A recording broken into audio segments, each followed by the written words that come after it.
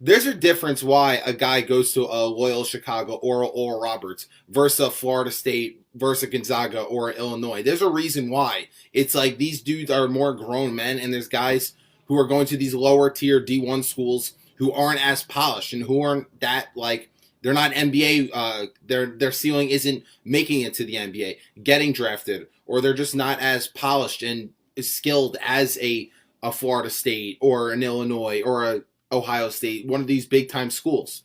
So the thing here is, I tried to compare it to the NBA, where it's like the Warriors are a perfect example. The best team in the NBA when they had Kevin Durant, even before the Kevin Durant Warriors, when they were winning 73 games, this and that, you were able to see teams go neck to neck with them for an extended period of time. You would be able to see they goes a first half going shot for shot, bucket to bucket with them. It's like, oh, the Warriors may lose this game. Oh, they actually can get beaten. But the teams who are inferior to the Warriors can only sustain that pace of play for so long. And then it's eventually, as time goes on, the Warriors are going to show you why they're the best team. And then in the third quarter or the fourth quarter, they're going to break you. They're going to shoot the lights out. I tried to look at that as these top seeds, these top 1 or 2 seeds, and realize like the Oral Roberts isn't going to win. Like teams like Ohio State, they can't lose. They just have too much firepower. Like whether they struggle in the first half or even the beginning of the second half, at some point the talent is going to show for it. But it just shows it's a different style of game where college guys are still going to make mistakes. They're still not those NBA guys who can turn on a switch. It really goes to show why people like college basketball so much better. Not only because of the defense and how much harder they play, but it's just they're not polished. They're just not NBA caliber players where the pros, it's when a team's more superior, I mean, they're going to win 9 out of 10 times. And college basketball, I mean, it is literally a coin flip. But in terms of my bracket between having Ohio State and Illinois in the Final Four and Illinois winning, and I mean, that's all she wrote from there. But what do you think about Oral Roberts? Do they have any fighter's chance to make it to this Elite Eight or even the Final Four? And what about any other like seeds who aren't like necessarily a favorite to get to the Final Four? Like, will you give a UCLA any shot to beat Alabama? Is Gonzaga, are they on the ropes, or do they have anything to worry about? What do you think about teams like that? Well, before I get into that, I just want to say I'm glad you brought up about players being polished, because I think we're seeing it with the stars of the tournament who got sent home early.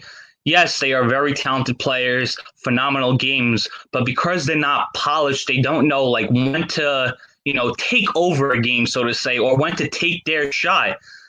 Like, I forgot what play it was, and he only had like 2 shots by halftime, and he's one of the team's better players. I'm just saying to myself, why is the coach not getting his offense, through this guy? And with Texas Tech, they had a chance to beat Arkansas late in the game, but Chris Beard never called timeout, and his offense was all over the place on their final possession.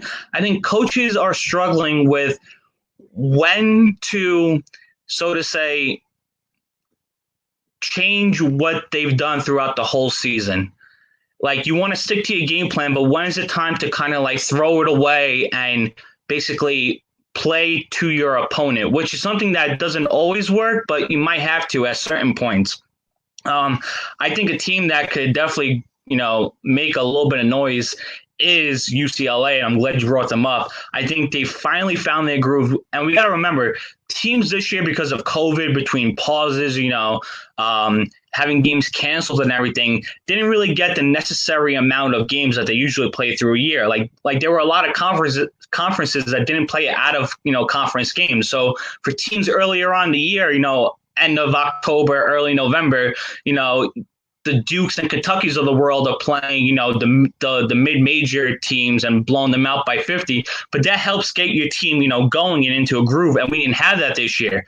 So now's the point where teams are now playing the same amount of games that they would have played towards the end of the regular season last year and years prior. So I think that's key with UCLA, because now guys are back. You got guys like John Juzang, Tiger Campbell. Those guys are now finally, realizing like what they have to do on offense, and they're taking the game over. And I think we're seeing teams that have dealt with injuries, Baylor, Villanova, I think UCLA even dealt with injuries. Now that they're having more practice time, learning how to win and how to play the game without that player not being there.